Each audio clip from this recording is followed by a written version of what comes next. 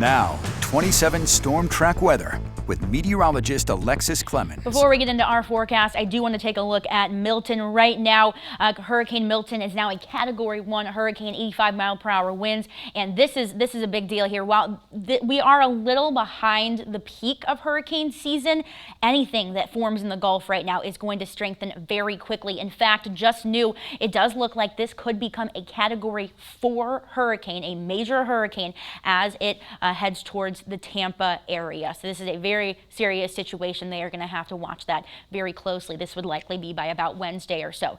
You can see it on satellite and radar. That system is really strengthening there in the Gulf before it makes its way east. Let's take a look at what the rest of us have been seeing here. As a cold front passed over us last night, we can tell it's cooler, it's windy today, and now behind that system we are seeing high pressure, more sunshine here, and things are actually close to more average conditions for high temperatures today, and we'll see pretty close to average lows as we go into the overnight hours, because this is actually the time of year where we typically see our first frost. I did look that up for you. Our typical first frost is between October 1st and 10th, which of course now we are at the 6th. We are looking at a frost advisory. This is for a lot of the area here, parts of Juneau, Adams, Marquette, Green Lake, Sauk, Columbia, and Richland counties. This is from 1 to 9 a.m. on Monday.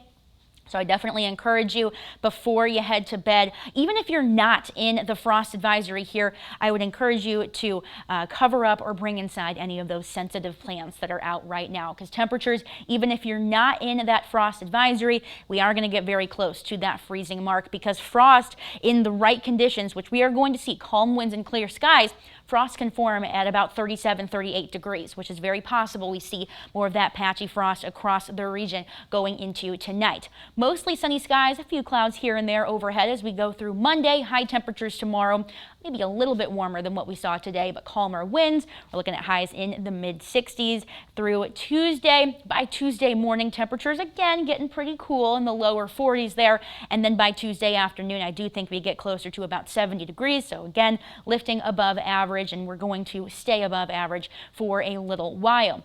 Low temperatures actually look like they're going to hover right around where they need to be for this time of year. Typically the upper 30s, lower 40s, and then by Friday we're up to near 50. So while low temperatures are going to be near average for most of this week, high temperatures are growing quite a bit here. So we're going to be at 65 for a high on Monday, 70 on Tuesday, 72 on Wednesday, 75 for Thursday, and then yeah, it does look like 81 degrees is going to be that high temperature on Friday. That's ahead of another front. A lot of people have been asking, when are we finally going to cool down? When is that fall-like weather really going to cool us down here?